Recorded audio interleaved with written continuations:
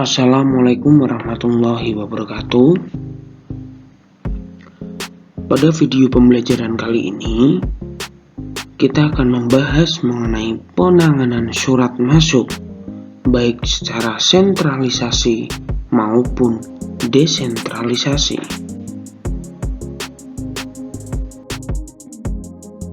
Kita mulai dari penanganan surat masuk dengan pola sentralisasi. Menurut Endang dan kawan-kawan dalam bukunya pada tahun 2011 mengatakan bahwa penanganan surat masuk pola sentralisasi adalah suatu pola penanganan surat yang masuk yang dilakukan oleh suatu bagian di perusahaan, yaitu bagian tata usaha, sekretariat, atau bagian administrasi.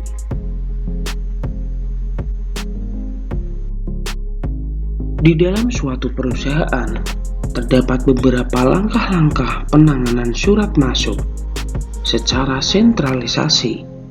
Dari yang pertama adalah penerimaan surat. Penerimaan surat.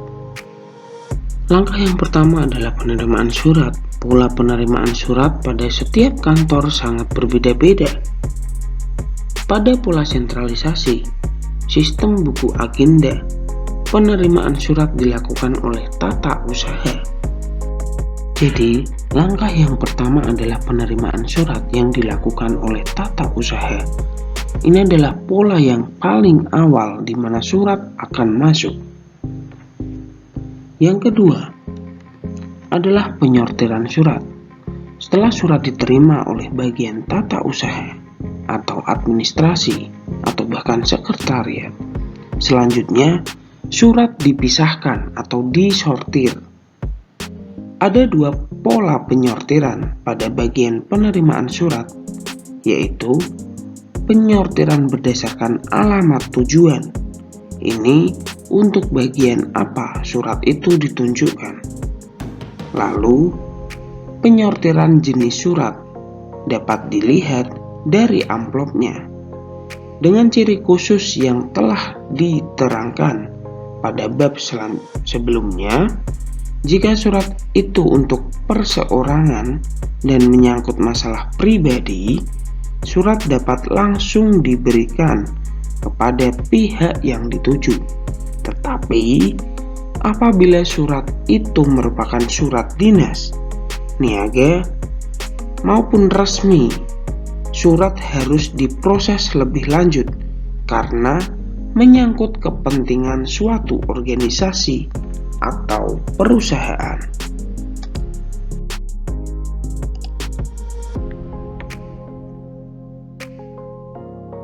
Yang ketiga, pembukaan surat. Surat dibuka, kemudian surat diperiksa apakah alamat surat sudah benar atau belum benar. Setelah itu, diperiksa kelengkapan lampiran suratnya. Ini jikalau ada ya. Nah, ini adalah langkah yang ketiga. Setelah kita membuka surat, langkah yang keempat adalah pencatatan surat masuk di buku agenda dan pembubuhan stempel agenda. Pencatatan surat dilakukan dengan menggunakan buku agenda. Pencatatan ini sangat penting dilakukan karena dengan demikian dapat diketahui volume surat masuk setiap hari. Misalkan minggu, misalkan bulan, dan tahunnya. Pencatatan juga memudahkan dalam penyimpanan, sehingga surat akan lebih mudah ditemukan. Setelah dicatat, selanjutnya staf administrasi kantor atau sekretaris membubuhkan stempel agenda yang mengisinya sebagai tanda bahwa surat sudah dicatat. Di sini artinya karyawan atau bagian administrasi melakukan stempel pada buku agenda yang sudah tercatat atas surat masuk di hari tersebut. Nah, setelah surat masuk dicatat dan diberikan stempel, langkah yang kelima adalah penyertaan lembar disposisi. Nah, surat kemudian dilampiri lembar disposisi untuk mencatat instruksi pimpinan atau atasan berkaitan dengan penanganan atau proses selanjutnya dari surat tersebut. Nah, setelah penyertaan lembar disposisi dibuat, pencatatan di buku ekspedisi intern adalah langkah yang berikutnya. Sebelum surat disampaikan kepada pihak yang dituju, surat tersebut dicatat pada buku ekspedisi intern, atau pada beberapa perusahaan swasta menggunakan formulir tanda terima. Hal ini dilakukan untuk mengecek apakah memang sudah benar-benar diterima surat tersebut atau belum. Nah, langkah yang ketujuh adalah pendistribusian surat. Surat kemudian didistribusikan atau diantar oleh unit tata usaha kepada unit pengelola atau unit kerja untuk diproses lebih lanjut. Nah, langkah yang kedelapan, klasifikasi surat. Nah, untuk mengetahui klasifikasi surat, staf administrasi kantor atau sekretaris di unit pengelola atau unit kerja harus membaca surat-surat yang telah disortir. Nah, surat pribadi dan surat rahasia tidak boleh dibaca, kecuali sudah diizinkan oleh pemimpin atau atasan. Setelah itu, staf administrasi kantor atau sekretaris dapat melakukan klasifikasi surat, antara lain seperti keadaan mendesak, penting, atau untuk informasi saja. Nah, kemudian surat-surat tersebut dimasukkan ke dalam masing-masing map yang sudah diberi label. Nah, labelnya seperti tadi ya, ada yang mendesak, ada yang penting, ataupun hanya untuk sekedar informasi, sesuai dengan klasifikasinya. Surat yang paling penting diletakkan di posisi yang paling atas. Nah, selanjutnya, langkah yang ke-9 adalah penyampaian surat.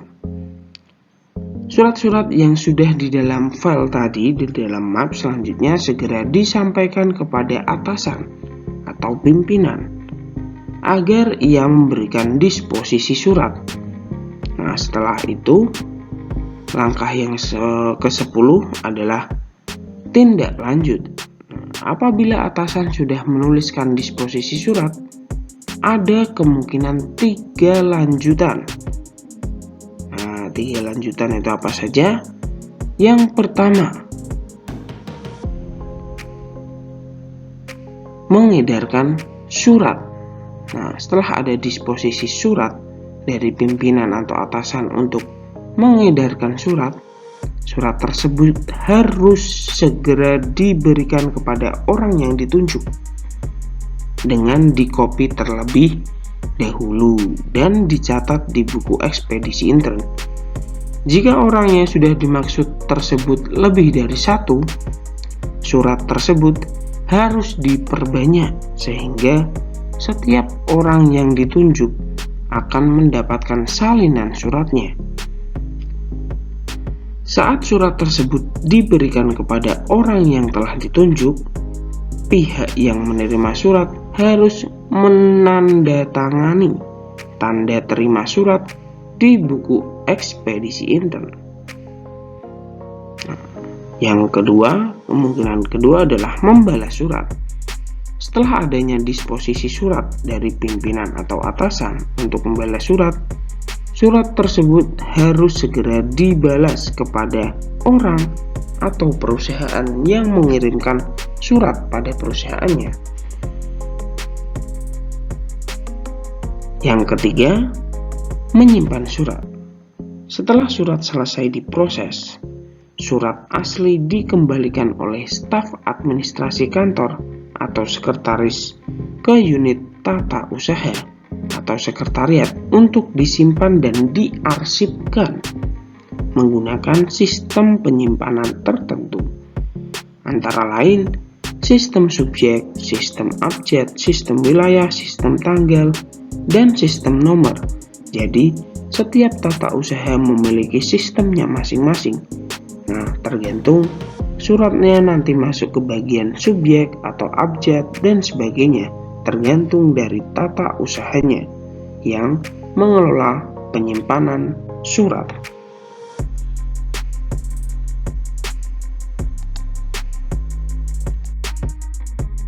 Berikutnya adalah penanganan surat masuk dengan pola desentralisasi. Pada penanganan surat masuk pada pola desentralisasi ini, surat langsung ditangani oleh unit kerja. Seperti yang telah diuraikan sebelumnya, pada pola ini semua kegiatan administrasi dilakukan oleh seorang staf administrasi atau sekretaris di masing-masing unit kerja. Penanganan surat masuk pola desentralisasi ini banyak digunakan oleh perusahaan swasta. Berikut ini adalah beberapa langkah-langkah penanganan surat masuk desentralisasi.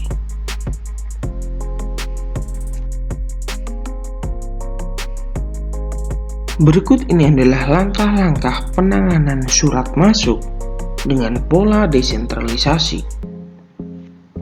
Langkah yang pertama adalah penerimaan surat. Penulisan surat dapat dilakukan oleh mereka yang bekerja di bagian depan kantor atau front office. Kantor pun ada beberapa tipe, antara lain kantor tertutup, kantor semi terbuka, dan kantor terbuka. Apa itu kantor tipe tertutup? Pada kantor bertipe tertutup, surat hanya dapat diantarkan oleh petugas atau pos atau kurir sampai di tempat satpam. Dengan demikian, satpam yang menerima dan mendistribusikan surat masuk ke setiap unit kerja. Untuk kantor tipe semi terbuka, pada kantor bertipe ini, surat dapat diantarkan oleh petugas pos atau kurir sampai ke tempat resepsionis. Dengan demikian, resepsionis yang akan menerima dan mendistribusikan surat ke setiap unit kerja. Dan tipe kantor yang ketiga adalah kantor tipe terbuka. Pada kantor tipe terbuka, surat dapat diantarkan oleh petugas pos atau kurir sampai ke tempat sekretaris langsung tanpa melalui resepsionis maupun satpam. Nah, langkah yang kedua setelah penerimaan surat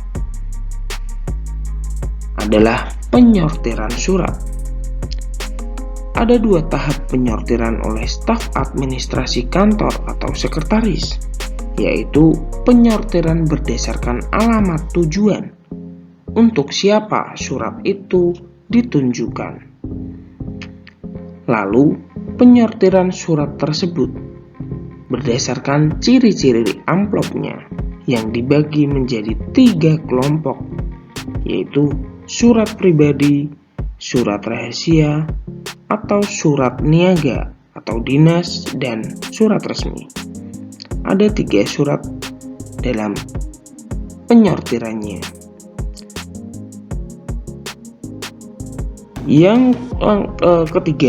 Langkah yang ketiga adalah pembukaan surat, sama seperti di pola sentralisasi. Surat niaga atau dinas resmi yang telah disortir dibuka dengan alat pembuka surat yang benar menggunakan pisau pembuka surat atau mesin pembuka surat, yaitu letter opener. Kelengkapan surat seperti lampiran diperiksa. Apabila lampiran surat tidak lengkap, hubungi pengirim surat dan satukan amplop tersebut di belakang surat yang telah terbuka. Langkah yang keempat, pencatatan surat. Surat-surat yang sudah masuk harus dicatat pada buku agenda surat yang masuk. Langkah yang kelima, pemberian stempel agenda atau pembubuhan stempel agenda. Surat dibubuhi stempel agenda sebagai tanda bahwa surat sudah dicatat. Nah, stempel agenda biasanya terdapat di bagian bawah surat di samping tanda tangan penanggung jawab surat. Isi stempel agenda tersebut dengan tanggal surat diterima dan nomor agendanya. Langkah yang keenam adalah pembacaan surat.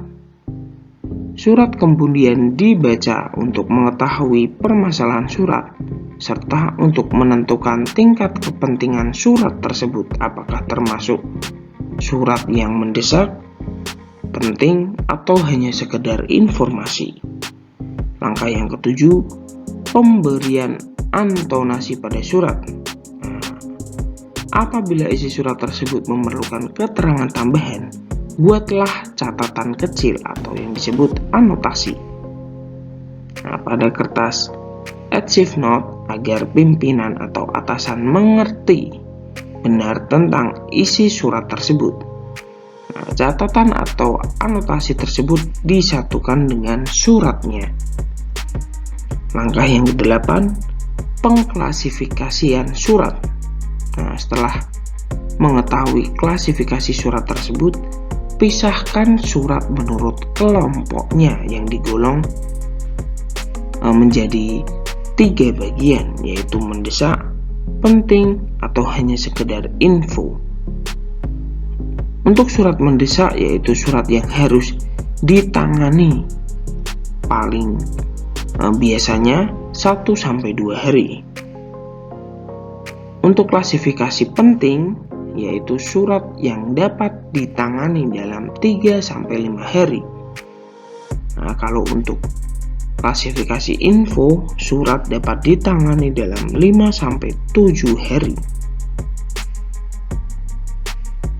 Masukkan kelompok surat-surat tersebut ke dalam map yang telah bertuliskan klasifikasinya masing-masing, bisa mendesak, penting, ataupun hanya info. Langkah yang ke-9, penyampaian surat kepada pimpinan. Sampaikan surat-surat dalam file yang sudah dilampirkan tadi kepada atasan atau pimpinan dengan urutan mendesak yang paling atas, disusul dengan yang penting dan hanya sekedar info. Yang ke-10 adalah pemberian tindak lanjut atau pemrosesan surat atasan. Pimpinan akan menuliskan disposisi pada surat yang dibacanya. Pada penanganan surat masuk pola desentralisasi, disposisi surat biasanya ditulis langsung oleh pimpinan dengan tulisan tangan pada suratnya. Apabila pimpinan sudah menulis disposisi surat, ada 3 kemungkinan yang akan diterima pengirim surat. Hampir sama dengan sentralisasi. Suratnya akan diedarkan, surat akan dibalas dan hanya disimpan.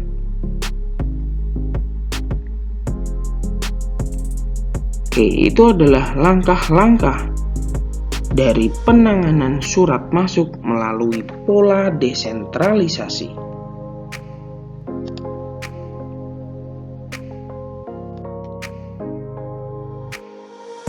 Cukup sekian video pembelajaran kali ini. Kita lanjutkan pada video pembelajaran berikutnya. Terima kasih sudah mendengarkan. Semoga bermanfaat. Wassalamualaikum warahmatullahi wabarakatuh.